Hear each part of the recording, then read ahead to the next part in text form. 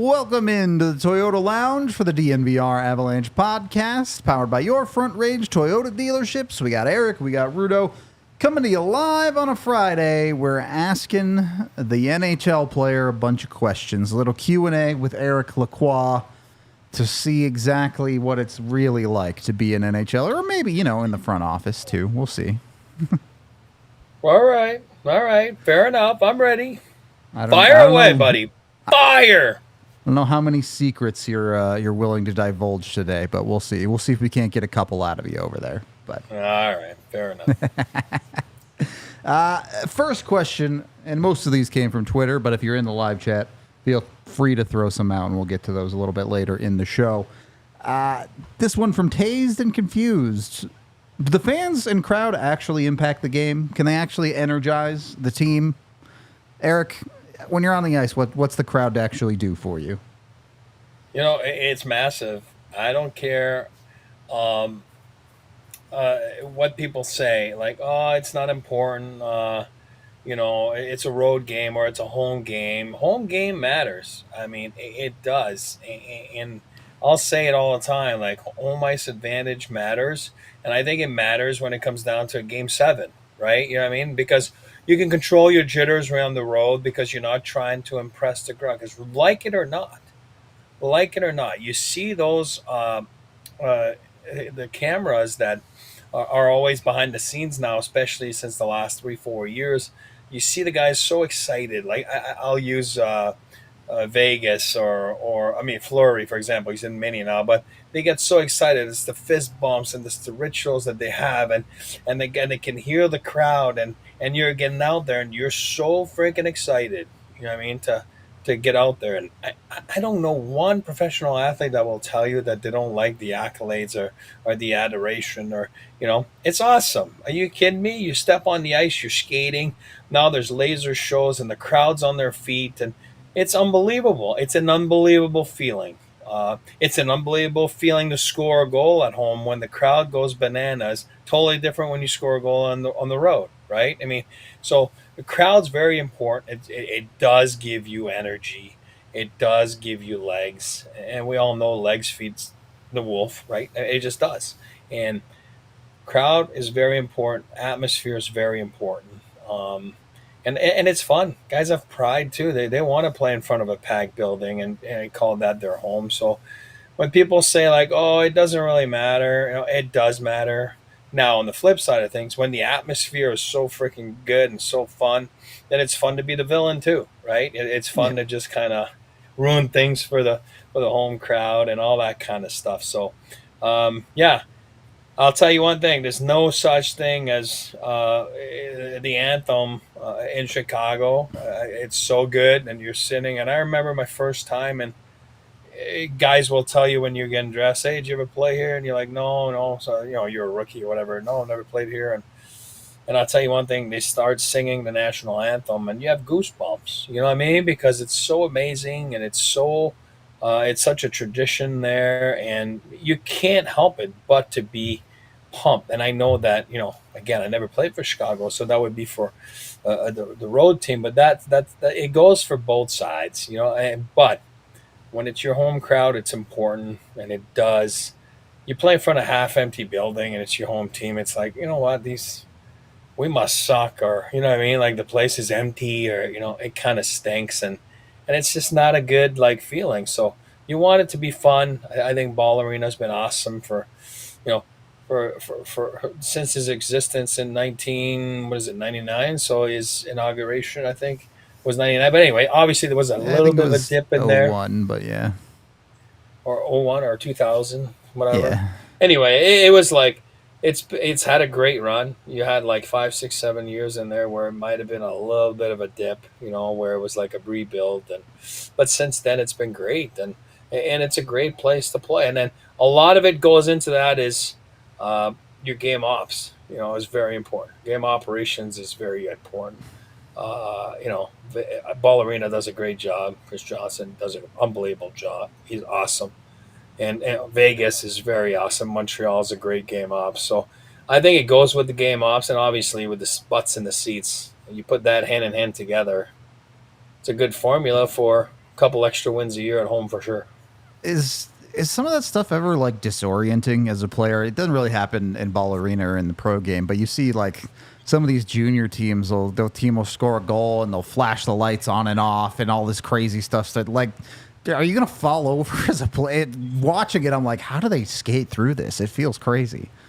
Yeah, you're allowed to do a lot more in minor, whatever, like minor pro hockey, whatever you want to call that, or those junior leagues. So you can do a lot more than you can in in the NHL. But yeah, sometimes it becomes a little safety hazard. You know what I mean? And even those teddy bear tosses, like Yeah, there's some places it's unreal, but all of a sudden you get hit in the side of the head with it, and then you're trying to escape it, then you're stepping on one of them. So yeah, yeah. I mean it's crazy, but it's fun, and people get involved, and it goes with what I was saying earlier, the crowd's involved, they get behind it, and it's fun, and a lot of times for a good cause, right? If you're talking about the Yeah, teddy yeah. bear toss, it's usually for a good cause, so it's all good. All right, you heard it here first. The crowd actually does matter to the pros out It there. does. Moving on to our next question here, and this one is more of a front office one. Can you please share some trades that were 90% across the finish line but fell apart either from your time or potentially after? Yeah, I mean, boy, oh boy. I tell you all the time, it's not like I'm hiding, right? I was like, oh my God, we almost made Yeah. a trade for him, or you know what I mean? And that kind of went about. But I mean, I was reading the questions too on Twitter and everything. So, but there's one. I mean, people said don't forget to ask him about Chris Drury coming back to Colorado. I can tell you for a fact that. Um, uh, hey, all right, let's cross the T's, put the I's on the. Chris Drury was loved here. He was never not loved. And if Chris was right here, like he knows that, you know what I mean? So it's not like, so again, I'll go with management at the time, which was led by my old man, right? But my old man had nothing against Chris Drury, loved Chris Drury. It came down to, it wasn't a salary cap era, but what people tend to forget, and it's the God's honest truth. Like there was an internal budget, and there was, and it was followed to a T, and it was a good business, and their budget was approved almost like 6 months in advance, and that's what it was. And I think they adhered to it, and they didn't try to deviate from it, and it was just like a hard cap because that's kind of what that's how they worked, and that's how they were a franchise that was making money and respectable, and a model franchise, quite frankly, around the league for everything they did. And people were saying big markets, big markets. Hey, listen, Denver is not a freaking New York City. It's not a big market. You know what I mean? But everybody was treating this like it was a big market because it was well run. Now, with that said, you win, no different than in the salary cap era. You win, that means guys performed, that means guys did the job, including Chris Drury. Is there a better clutch performer, in those 3, 4 years that he was at? No, he's one of all time greats. This guy's ice. Nothing bothers him. He's ice cold. He is clutch from the Little League World Series when he was a young boy to college hockey to the NHL. He's always, and that's why I say the Rangers are going to win. I don't know when, but they're going to win with him there. So, and I've said it before, and I'll say it again. Winners know how to win. Chris knows how to win. Now, with the internal budget, guys have performed, guys have won. Someone's got to go. It's just life. It was life back then. It's life now with the salary cap.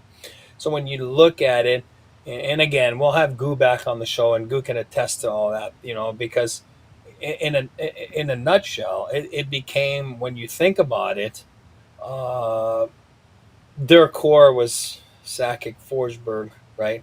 Waugh, Foot, and that's kind of, other than that, all the way around it, once you were just going to make some sort of money or whatever, unfortunately, from the Mike Ricci's and Scott Youngs and Sandis Ozolinsh and, those guys, and guys want you once you've won. So there's a lot of phone calls about you. And then next thing you know, someone's got to go. And when you do the math at that time, it's really simple. It's you're either going to keep Drury or you're going to keep Hayduk. You know what I mean? It was kind of like that kind of type of scenario. So you trade Hayduk, that his number is now in the rafters, and a 50-goal scorer and Rocket Richard guy. People would have said, "Oh, it would be the same thing." Oh my Yeah. God, Hayduk traded Hayduk.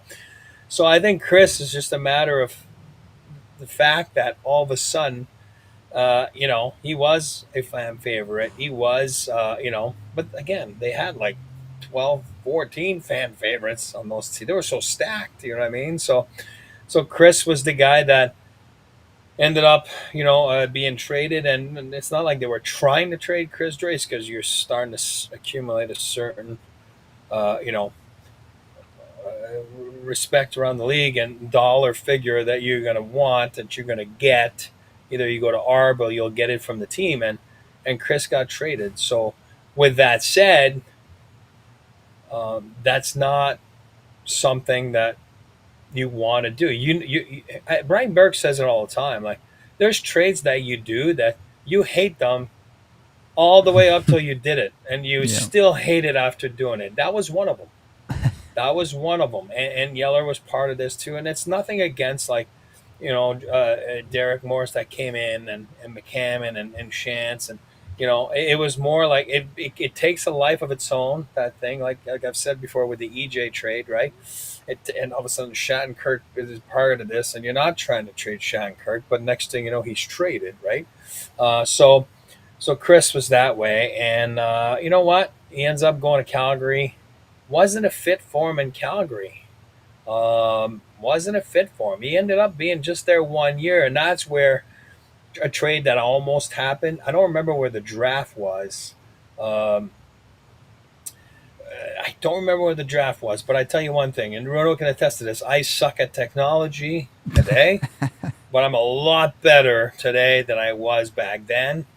Now, back then, you got your cell phones, and I remember it's on the draft floor and it gets hectic. And nowadays, it's so different compared to back then. But I remember all of a sudden, and we might make a trade here to get Chris back out of Calgary, but we got to talk to Chris because we want to know, like, again, I don't remember if it was his contract year or yet, you know what I mean? Like, again, when we got traded, I think he was a year away from his contract here, and then he was going to want that much money.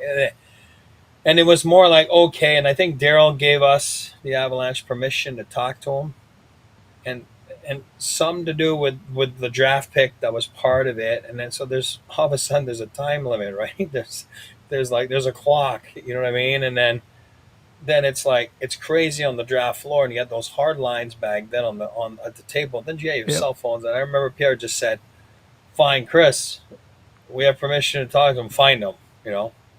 And it's loud. I'm like running away underneath, trying to talk to him, and find. Hey, listen. And again, I'm not shying away from the number. I don't remember, but let's say X amount of dollars. Is that what you're looking for? Would you be willing to sign for that amount of money? If we just need Yeah. a yes or no, give and take. Obviously, you have an agent and all that stuff, but you're talking about, like I said, the first pick had something to do with it. And I remember he said, "Yeah, that's all. Yeah, good."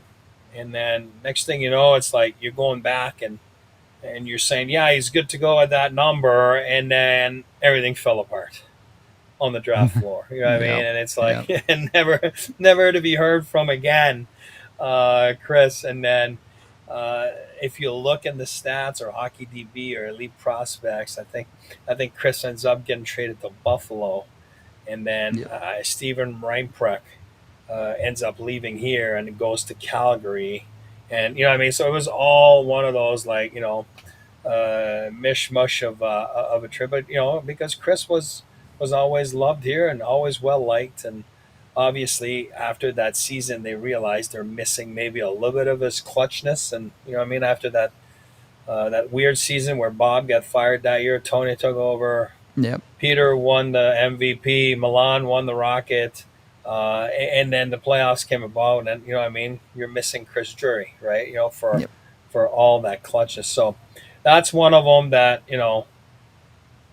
you're doing it, you don't like it, but also you almost got him back. You know what I mean? Because the people would have been so excited, and you know what I mean. There was a way to do it, and they tried. We tried, and it didn't work. And hey, so be it. Then he moves on to Buffalo, and then I think Rangers, right? Then he becomes captain of the Rangers. Now he's not the GM there, and it's crazy to think there was like Joe, Blakey, Chris, that have all become GM in Yep. the National Hockey League. It's crazy from that team. So it's kind of nuts. Well, And then Jonesy the year after, Keith Jones now president. yeah. And, you know what I mean? There's a lot of front office guys. It's awesome. Maybe you could have got And Drury well, back. Go ahead. yeah. But no, somebody else said on chat like, "Oh, Forsberg." To be honest with you, my dad loved Peter Forsberg. I mean, oh my lord, I got to be honest with you. He that was, again, it's like a school teacher, right? You're not allowed to say who's your favorite, and as much as he loved Patty, and he had a special relationship with Joe and Patty, but that was kind of like his jam. You know what I mean? Peter, it's like your drug or whatever it was, and Peter was all timing. His contract year was always 1 year or two behind Joe and Blakey and those guys. So the lockout came. If you remember, it was a rollback. So they go from a $75 million payroll, $70 million payroll to like 36. And Peter's contract's over. It's like, it's not even that you want him out. It's like you can't even put him on the team unless he wanted to play for league minimum back then, which was like $400,000. Yeah. And it's like, you can't do that. You know what I mean? Yeah. And so it's like, so Peter left, and went to Philly, right? So it was not, it's not that you want to get rid of Peter Forsberg. A lot of people call him my dad's real son, and me like, the afterthought, right? You know what I mean? Which is true, but yeah. So yeah, I don't remember the name on Twitter that said, what about Forsberg? But it's like Forsberg was never traded. It was just a matter of the lockout. All right. Well, maybe you could have navigated all that better if you were wearing your Shady Rays. So go check out your Shady Rays today. I don't know if they can make you see the future, but they can certainly help you with avoiding getting sun in your eyes. They have hundreds of different polarized sunglasses, and when you use code DNVR at ShadyRays.com, you can get 35% off any pair of polarized sunglasses. They've been rated 5 stars by over 300,000 people, so you know their quality. And the coolest part is when you get a pair for the first 30 days, if you don't like them, you lose them, or you break them, they'll replace them entirely for free. So go check out Shady Rays today at ShadyRays.com, and be sure to use that DNVR code to get 35% off any pair of polarized sunglasses.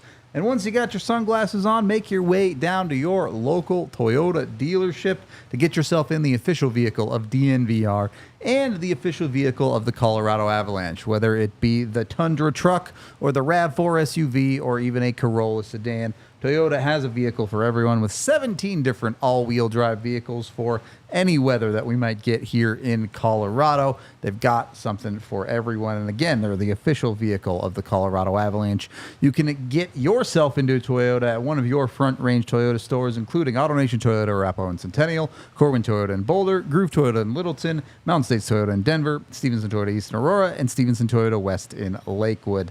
Again, the official vehicle of DNVR is Toyota. Second period of the DNVR Avalanche podcast. I kind of wanted to follow up on that Drury story. What's worse, a player you don't want to trade but you have to, or having to trade a player who demands a trade? Yeah, that's a good question. I don't recall like players coming in and demanding a trade, but you see it lately a little bit. Just go back to what's the kid yesterday, right? Pittsburgh, Rutger. Yeah, I have a McGroarty. hard time. Yeah. I have a hard time saying his last name. The tongue doesn't work. McGroarty. Not very French name. Got it.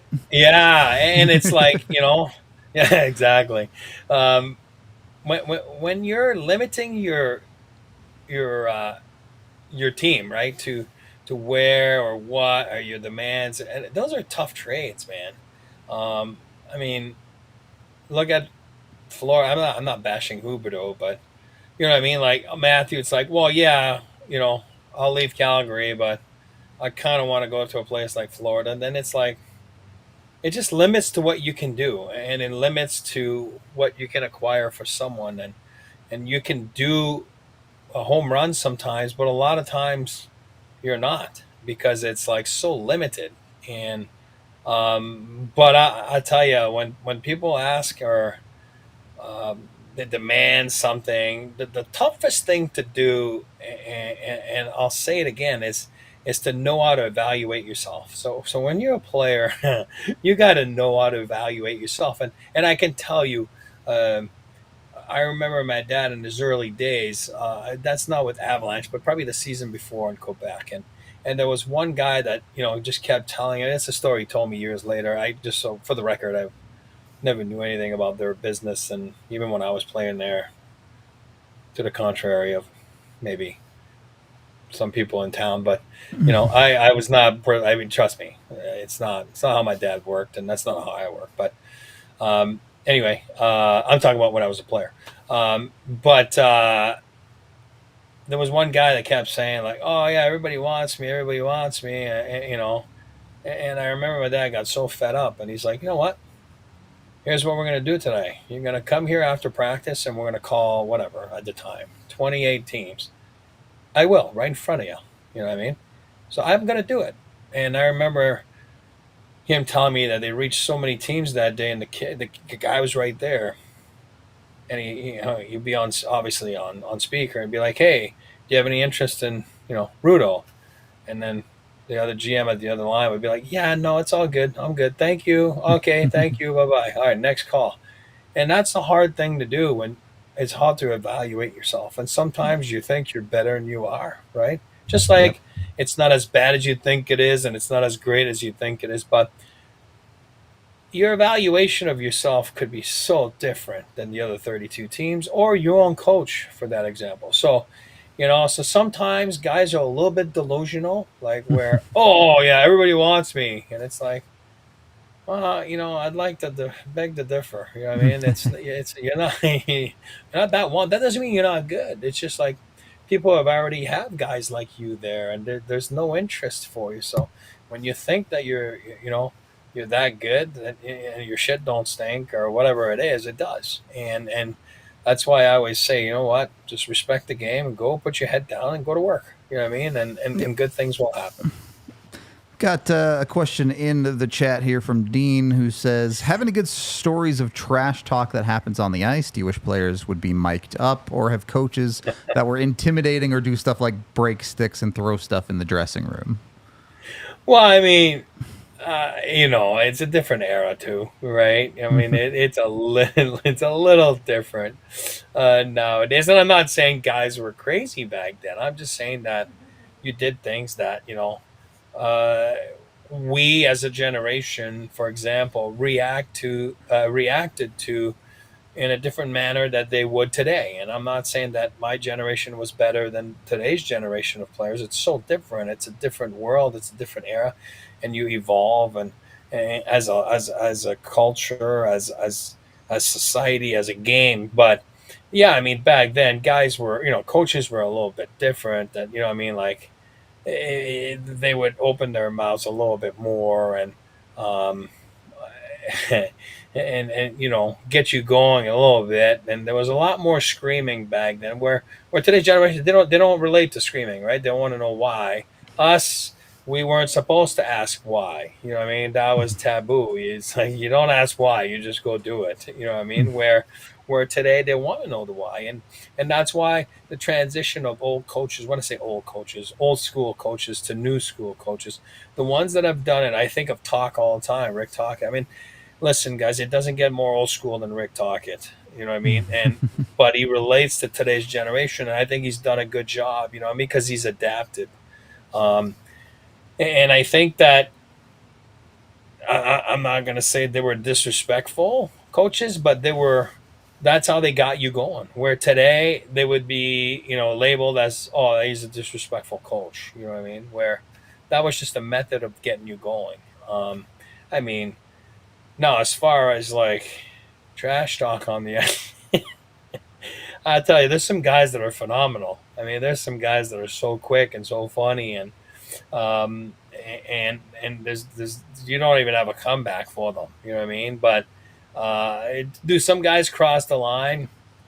Hey, listen, I think over the years maybe. You know what I mean? There's once or two occasions or whatever that you're like, oh, that was a little bit much. You know what I mean? Like maybe that's you shouldn't go there.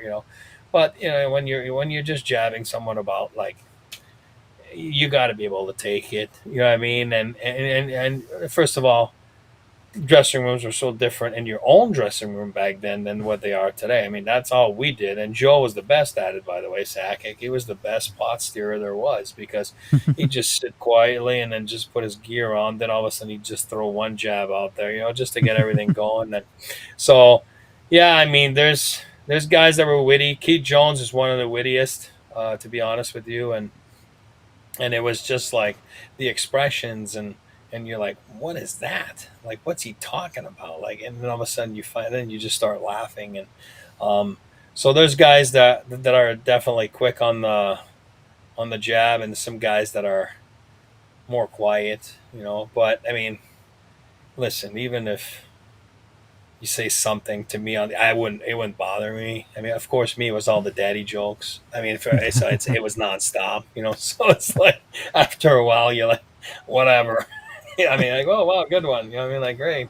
You know what I mean? It's so awesome. Good for you. You know what I mean? But I think you told me a story once about Sakic that I think's probably safe for the pod, where I forget exactly what he said, but he said something along the lines about the Avs being like the angriest winning team in the league or something like that. Yeah. Joe was like, "Oh yeah, we're the most unhappy 110-point team." You know what I mean? Like we gotta have fun here, because it was always about business, right? From Yeah. from Patty and Mike Keane, and it's like, oh my God, we just lost one game. You know what I mean? Like it's not the end of the world, and we're so unhappy. Thank God we just won 10 in a row. You know what I mean? Like right, because in perspective, he's right. But everybody, will. And again, I've always told you it's the old Montreal Canadiens mentality, which was you don't lose two games in a row, because in the playoffs, if you lose two games in a row, you usually up shit creek, and that's just the way it is. And those guys were so freaking harsh on this. And, you go to practice the next day and it's business. It's like, and you're like, you know what I mean? We're not losing tomorrow. You know what I mean? And Yep.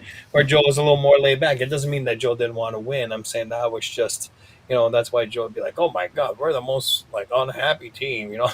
I was like, that gets. Thank God we're winning. Thank God we finish first every year. You know what I mean? Or else we'd be freaking miserable. But it was funny that way. It was funny that way. But it's all good. I don't know if you ever had a no trade clause, Eric, but how do players make up their 10-team no trade lists? Listen, if anybody gave me a no trade clause, you should get fired. You know what I mean? So.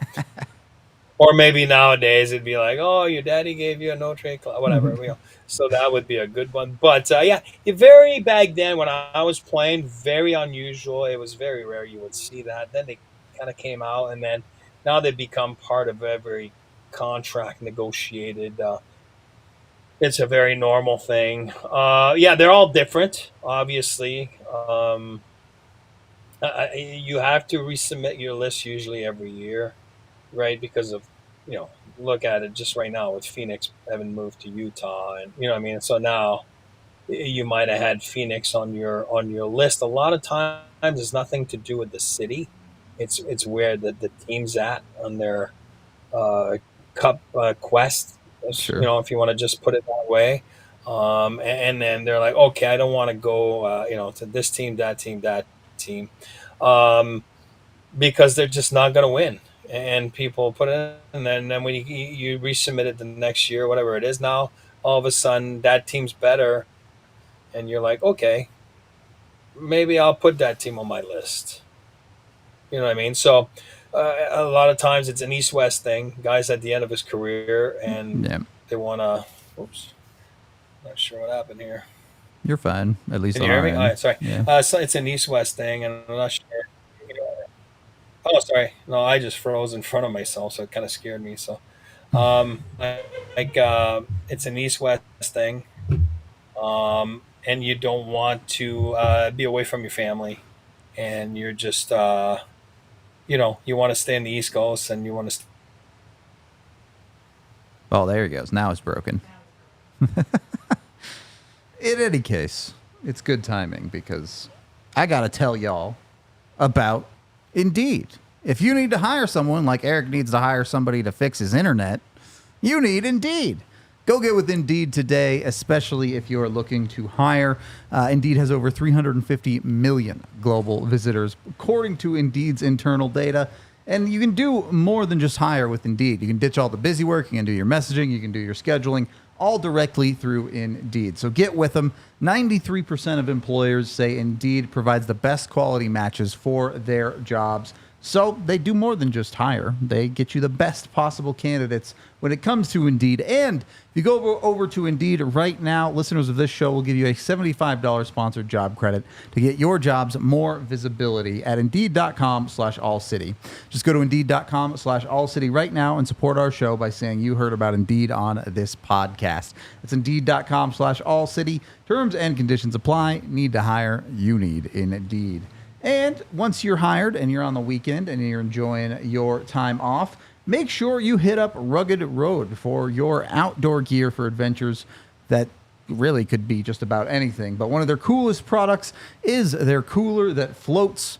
You can take it with you down the river. You just strap it to your inner tube or whatever it might be. It'll float right on down the river with you. Of course, it has a lightweight design too, so it's not super heavy duty, easy to carry around with you, and it doesn't compromise on performance. It's got the durability and dependability to last all of your trips, and it can keep contents cool for up to 7 days. So go check it out with Rugged Road today. Get ready for your summer adventures with Rugged Road coolers. Head to ruggedroadoutdoors.com and use code DNVR to get 10% off your order. That's lightweight, durable, and always floating upright, perfect for land or in water cooler. So you can leave that old, heavy, yucky cooler at home. Rugged Road, your ultimate outdoor companion. Well, we wait for Eric to get his internet sorted out. We had a couple of other interesting questions here. I can help answer a few of them, perhaps. Oh, wait, maybe he's back right now. We'll see. Sorry, there you I'm go. not sure what happened. It's all good. We can. No, I mean, anyway, I just wanted to finish Allmark last year. I don't know if you could hear me when I was saying that, but you know what I mean? It was more like he didn't want to be away on the West Coast, you know, and a lot of teams were saying the Avs were that team, so who knows?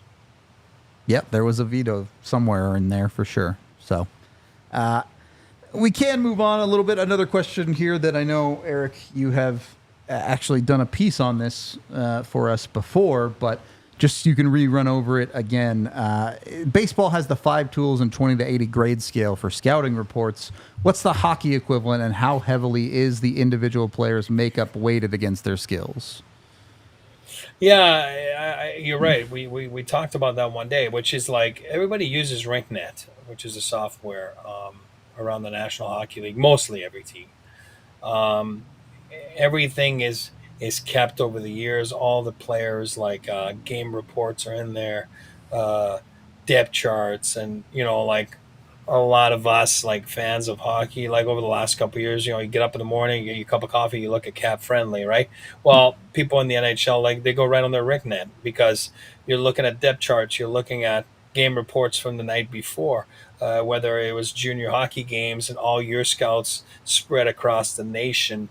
Or Europe or everywhere, and then you read game reports on players. Now, your pro guys, where they were last night, you read game reports on that game, you know, or on potential trade targets and all that stuff. So everything is in there. Everything is kept in there. It's all secret. Can't get access to anybody else's, obviously, data. You have your own data. But when you do and you do a game report on a guy, and there's always someone watching. That's what I tell people all the time. American League, NHL, there's always someone watching at Ball Arena. There's always a dozen teams every night at the games. And then people write game reports. And what you'll do is obviously you'll evaluate. Pro is a little different than amateur. Pro guys will obviously, you'll give a rating on their skating. You'll give, you know, usually like 1 to 5, you know what I mean? 5 being the greatest, 1 being poor, you know. You'll talk about their skating. You'll talk about their hockey sense, their hockey IQ. You'll talk about their physicality, you know what I mean? And then what you'll do is their skills. Obviously, you'll rate their skills. Again, all that 1 to 5, and then it spits a number of what the guy is. Then you're going to give your evaluation on what the guy is. 7 being an absolute stud. McKinnon is a 7, and that's just kind of how it works. And then a 6 is more like Gabe Landeskog. You know what I mean? Like, he's a franchise player. You know what I mean? Levy's not like one of the all-time greats. A 5 is a top 6 or a top 4D. A 4 is a everyday regular NHLer. So usually more your bottom pair D, your bottom 6 forwards, and then a 3 is a call up. A 2 is a minor leaguer, and a 1 is I don't want him. You know what I mean? Yeah. So, Yeah. so you're gonna rate every guy on what they are today. But also in your report, you might say, I do believe this guy's a 5. Casey Middlestat, I do believe this guy's a 5, but he has the potential to be a 6. You know what I mean? Like, that would be a great example of that. Now, as far as amateur scouting, it's a little different because you'll rate them on all those same things, skills, physicality. And, There's just so much more projection there. Yeah. But it's all about projection. So now you're going to give him a rating. Well, you can't say he's a 6. I mean, he's not. The guy's 18 years old playing in the minor and junior hockey. So but you can say it's a projection. So he's projected to be a 5 or a 6 or a 7. You know what I mean? And that's how you kind of do it. And then once they turn pro, then it becomes the pro rating. You know what I mean? So, but everything when it comes down to your character, the way you conduct yourself, absolutely, and it's even in there in RinkNet, and you can trace anything. You click on it. Guys have written reports, and it's like, yeah, I talked to little Joey's coach when he was a Bantam, and his coach said that he's very coachable, he's awesome, and then we traced it back to the American League. Bobby had him, and he was saying the same thing. You start to form a little bit of character traits and see what they are, because guys will talk. We talked to Pat Carnes earlier this week, and guys will talk to former equipment guys. They'll talk to former freaking athletic therapists. Those guys that are in the locker room, because that's when you can judge really a real person's character. You know what I mean? Because it's who they are. It's real, and guys will reach out to those guys. Like over the years, you form those friendships, and character is very important until it's not. In the sense that a lot of teams will tell you, we draft on character, we draft on this, and then the draft comes, and it's like, Rudo's available, but he's a piece of shit. What we do here? You know what I mean? And then you kind of look around, you're like, oh, well, he's not that bad, right? I mean, like I think he's misunderstood. You know what I mean? And sometimes. You know what I mean? Like, yeah. So it's like, but I'm just saying, sometimes it's just so tempting, and talent is so in front of you sometimes, and you just want to grab it. You know what I mean? You just want to grab it. So, Can you quickly give me a ranking on Kylington? So I would say Shilly is. I would say Shilly, if I look back, and again, I'm going to go back on reports on him on my head, like when he was in the minors for 3-4 years. You got to remember, he played in the American League 3-4 years, and, couldn't put it together in training camps and in preseason games. I would have said that if I looked at my reports, I would have said he's probably a 3/4. You know what I mean? Like, he's a minor leaguer, but can become one of those regulars, everyday regulars in the NHL. Now, all of a sudden, you're like, okay, I'm right. But then all of a sudden he gets to be a regular in the NHL, and then he does a lot more. And then you're like, man, oh man, can this guy become like a 5? You know what I mean? Yeah. And that's where it's a big jump. And I think he was on this way to get there. He didn't play a lot. He was a scratch. And like I said, Daryl all of a sudden Sutter just put him in there, and he was outstanding. You know what I mean? Like, no preconceived notions, and like, he just kind of went in there. Daryl was like, all right, just play this guy. This guy can skate. And then all of a sudden, the unfortunate last couple of years where he hasn't played a lot of hockey. So I think you would have to put an asterisk next to him and say, okay, this is a little bit like all over the place right now, but I think we just need a little reset, and the Avalanche are probably a great place for him to have a reset. Now, do I think he can be outstanding this year? I do. I do. He's one of the smoothest skaters you'll see. He's got a hard shot.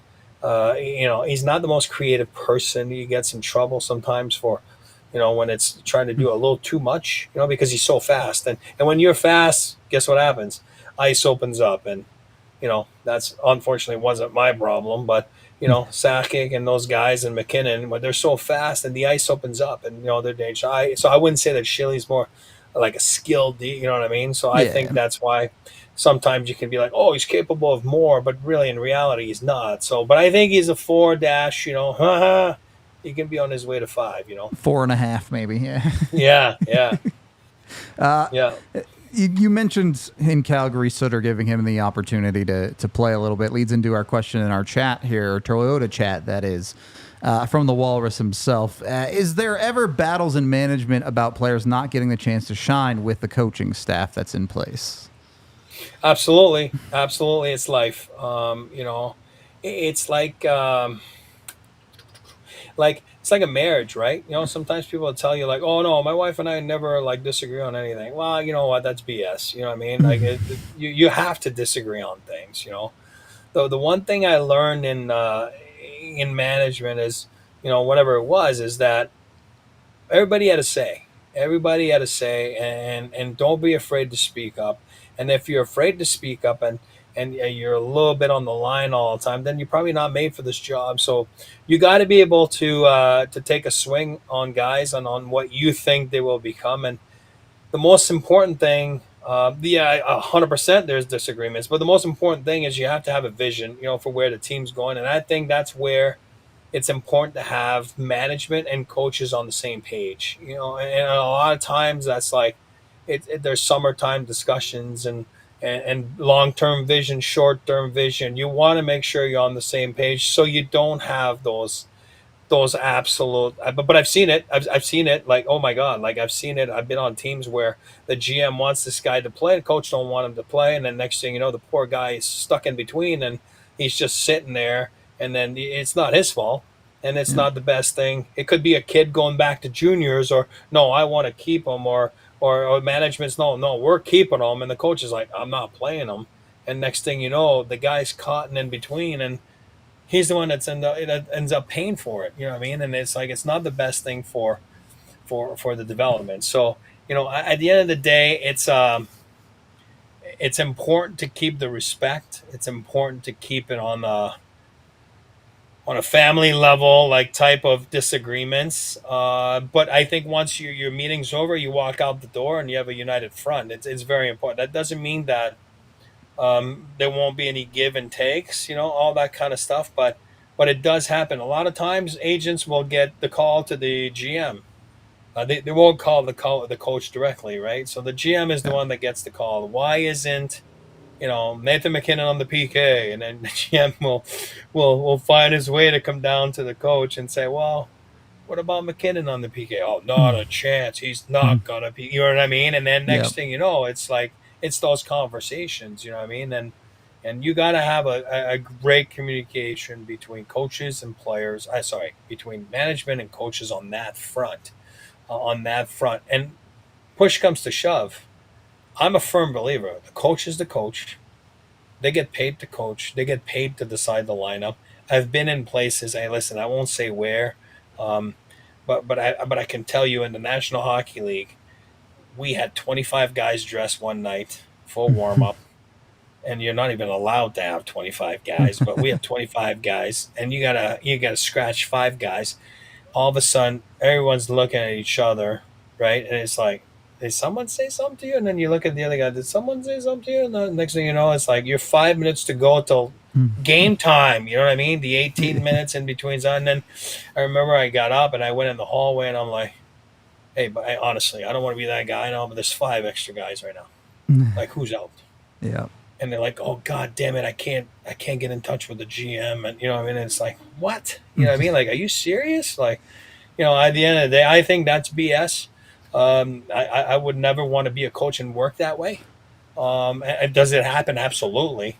But also, I think as a coach, you got to have the rein to who you want to play and who's not going to play. Because at the end of the day, you're the one that's going to get fired, or you're going to get a new deal, or whatever it is, right? When it comes down to that, the first thing you do when you lose is, the coach sucks, and then you fire the coach, right? Yeah. So you got to be careful with that. got a few questions about your career here. If you could relive one game or a moment from your career, what would it be? If I could, oh man, like I said, you know, if I could relive that, like I'd like to relive my first game, to be honest, because Sure. it's such a blur. It's like a wedding, right? You know what I mean? Like you plan it for months, and a wedding I'm talking about. Then all of a sudden the wedding comes, and you're like, friggin' Frank, I don't remember. Like the day after, you're like, I didn't remember that yesterday or whatever. And you get so it's the same thing. Your whole life you're planning to reach the pinnacle. You reach it, and it's kind of surreal, and you're so freaking nervous, and you're so that you don't even get to enjoy it. Like I don't remember my first. I remember it was in Anaheim, but I don't remember like. I couldn't tell you, and I Blacked can out, relive yeah. I can relive a lot of moments in my career, and it's like, oh yeah, I made that play there, or I got hit there, or this guy whatever roasted me, or whatever it was. Oh, I forgot my man, the guy scored, and you remember everything, but that day I don't remember. I wish I could remember and just kind of savor every moment of that day. You know what I mean? Because it's such a special day, and I didn't win a Stanley Cup, or else I would tell you, man, oh man. I'd like to relive that game, you know what I mean? Because it sounds like it's pretty friggin' cool to win, but I just never did. But yeah, so I would say that's one that I would like to do, and if it was an event that I'd like to relive, for example, like I ended up leaving Colorado, and I went back to LA, and that's a long story, and I've never blamed anyone, but Mike, if you look back there. My career took a big turn up Shit's Creek. You know what I mean? I'm talking about like stats wise. And, I was having a decent career. And then all of a sudden it just became absolute mud, absolute diarrhea. You know what I mean? For the next 3-4 years or whatever it was. And I'd like, if I had a moment I'd like to go back on is when I did go upstairs and again, we talked at the start of the show about demanding a trade. This one was like, I'm going back now. Today, and I remember my old man saying, "Don't. This is not the right thing to do. Let's just take a breather here. Let's just wait. Tomorrow is another day. Not that you're not leaving here, but all of a sudden, word will get around, and maybe you'll have a better fit somewhere else." And I was so stubborn, and I was just like, you know what? I didn't want to listen. So now it's the dad-son relationship, right? It's not the player. I'm like, you know what? That's bullshit. No. Make the call now, and then looking back at it, it wasn't the right thing to do, and I'm not blaming the Kings or Larry or Dave Taylor at the time, awesome people. It just wasn't the right fit for me to go back there. I wasn't in the right frame of mind, and I just wish I could have waited, have a little bit more patience, and then maybe the next day or 48 hours later, I could have had a better opportunity where I could have, maybe had a different next 3-4 years instead of a diarrhea one. Maybe that answers this next question a little bit, but if you started as an NHL rookie today, what would you change or improve about your game starting on day one? I think it's more like enjoy every moment. You know what I mean? And it's a stupid answer. It really is, because it's such a simple answer, but it's so true. It's just like guys like we talked about yesterday, they reach the Stanley Cup in their first or second year. You think it's going to happen every time, and then they never go back or whatever it is. So I think it's more enjoy every day. It's a privilege to play in the National Hockey League, privilege to work in the National Hockey League. And I think if you savor every moment and really don't get it, because it is a roller coaster of emotions. It's hard. It is hard mentally. It's hard for the top end guys because of the production and what's demanded from them. You know what I mean? And it's hard for the bottom guys where it's a daily battle to freaking fight to stay there. You know what I mean? And sometimes you don't get to enjoy it. You don't get to enjoy like what's happening, and you're at the top of the echelon as far as leagues are concerned, and sometimes you got to make it more, like I said at the start, it's never as bad as you think it is, it's never as good as you think it is. So you gotta savor it, you gotta cherish it a little more. Not that I didn't, it's just that when it's over, then you're like, oh man, that was pretty freaking cool. You know what I mean? And that's why you can't That's why I hate when guys complain, and it's like, man, oh man, you know what I mean? You'll see when you're out of it, you wish you could go back because it's absolutely awesome. It's the best place in the world to be part of that league. Got two more questions for you, and then we can wrap up. I don't know if this one is really a question necessarily, but Devonography on Twitter says, do you remember hanging out with a bunch of kids at the Children's Museum during a telethon? Because if he does, we hung out for a while and he signed my jersey. The signature is faded, and I was wondering if he could re-sign that jersey. Yeah, I remember. I mean, honestly, like that's one thing I always took pride in, you know what I mean? And that comes from growing up, my dad being an agent and always like, hey guys, the first thing you do is when you get to a team, it's go talk to your, the PR department and the community relations department and say, hey, here I am. If you need me, use me. And, you know what I mean? I'll gladly go and, serve my community and serve your sponsors. And I remember 100% like hanging out at those places and signing those things and, bring it to the DNVR bar or whatever it is. I'll sign it again. That's awesome. Again, now your thing's going to get devalued or whatever it is with my signature on it, but it's all good, but it's more like, they're fun times to interact with fans and people, and I always enjoyed that part of it. It was so fun, and it's funny now because I'm getting older, and then you get people that come up and like, oh man, I was a young kid, and then they show me a stick or a jersey or a hat that was signed back then, and it's like, is this you? And I'm like, yeah, it was me. You know what I mean? So it's pretty cool. So you recognize your own signature, and yeah, bring it to the bar, and obviously on Kofax there, and the NVR bar, and then just bring it to us and or me, and I'll get it signed if that's what you want. Gladly do it. And then the last thing I have to ask here, these days we call you Big E on the show and around your life, but once upon a time, your nickname was Rico. Do you want to explain how you ended up with that nickname? Yeah, you know what? It's funny. It's so in the minors, you know what? Not necessarily like in college. I don't remember what it was in college, whatever.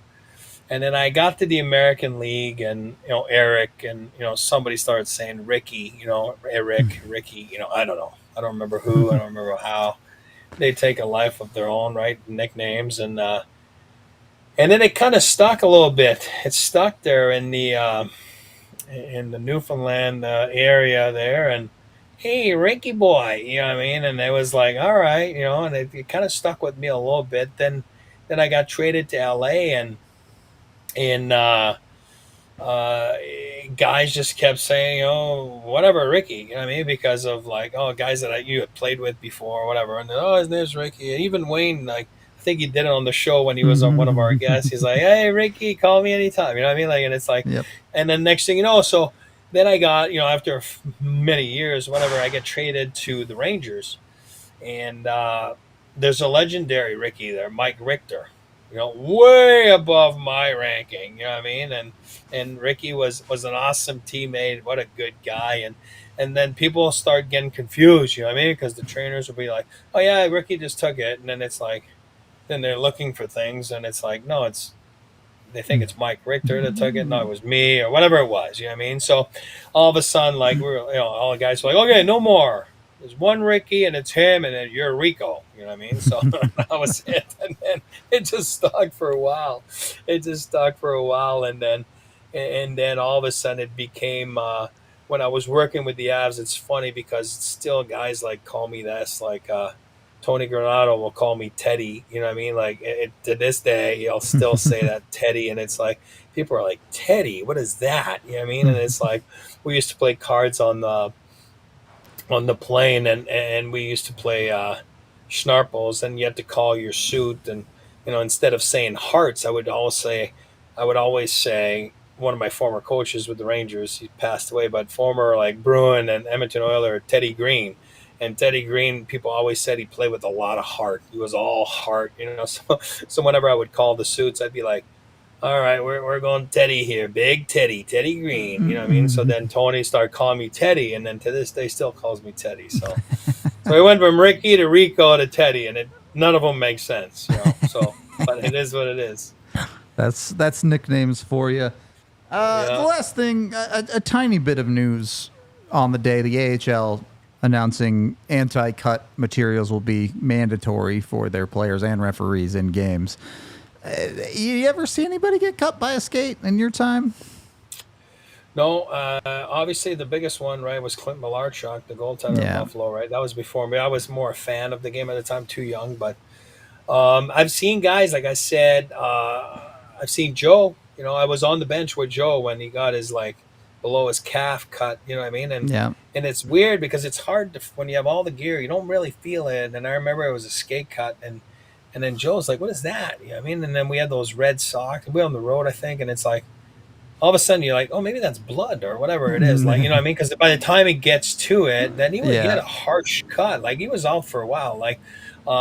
So nowadays they have those socks and even those wrists, right? Not just a neck guard, but they have those Kevlar, right? Whatever. Yeah. And and when you think about it, it makes so much sense because especially in your wrist area, especially in your neck area. I know in youth hockey now it's mandatory, everywhere now you have to wear the neck guard. USA Hockey, right? So my youngest there, Ty, had to go get him one the other because I still hadn't done that because they're everything was sold out last year, and next thing you know, it's like, oh my god, it's kind of annoying, and it's like, oh man, buddy, don't worry about it. It's not annoying. Just wear that. It's very protective, very important. But it's funny because when I was young, we had to wear them, and it was like those weird, more thin, thick Cooper things, the one that hangs down. Oh my god, those were annoying. Now it's like a turtleneck or whatever it is. It's stylish, actually. I think it looks good, but it's protective, so it's important. It certainly seems to happen more often than you might think. I just thinking about, obviously Druin last year happened to him. You go back a couple years, I think it happened to Zach Redmond in practice. And I do believe skates nowadays are way more sharpened too than they were for back sure. then. It's crazy now what they, all the different types of cuts that the guys are getting from youth hockey to the NHL guys. It's all it's like sticks. The flex and it's crazy how much equipment's gone for the better. So they're definitely more sharpened nowadays. So there you go. That's the news for the day. I think we could call it there. We'll wrap up this Q&A. Eric, thank you for doing this and giving a little bit of the insight to the NHL side of the game for us every day here on the show. We appreciate it. And Brad's saying, when's E making a comeback? Yeah, and listen, I was on the ice this morning with some college kids. I am absolutely embarrassing. I am embarrassing. I can't even freaking demonstrate anymore. I got a half a knee left, and I am so bad and so out of shape. It's scary how good guys are. And we're talking about college kids today. Just being on the ice with college kids, you're like, oh my God, are those guys sick? So, yeah. Brad, who do you think is in better shape, you or Keanu Reeves? I told you guys I played against him in beer leagues back then in LA, and I had no idea, and I beamed him. I shot, boom, hit him right in the helmet. He went down like a sack of potato.